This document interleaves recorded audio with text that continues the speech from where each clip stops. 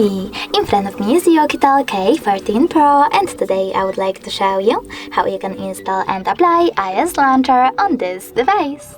Firstly, just go into Play Store. Now you need to type in iOS Launcher in the search bar and download this app, this one, from this developer. When it's ready, select Open and wait for the pop-ups.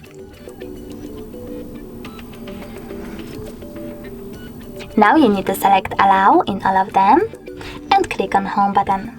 After that, go into Devices Settings and tap on Apps and Notifications. Then scroll down, choose Advanced and click on Default Apps. Now click on Home app and set up iOS Launcher by clicking on it. Lastly, tap on Got It. As you can see, Apple layout was applied successfully on my device. If you want to switch between your layouts, you can always do that by going into the same settings and choosing Launcher Free or iOS one. Thanks so much for watching. If you enjoyed this video, don't forget to leave a like, comment and definitely subscribe. Bye!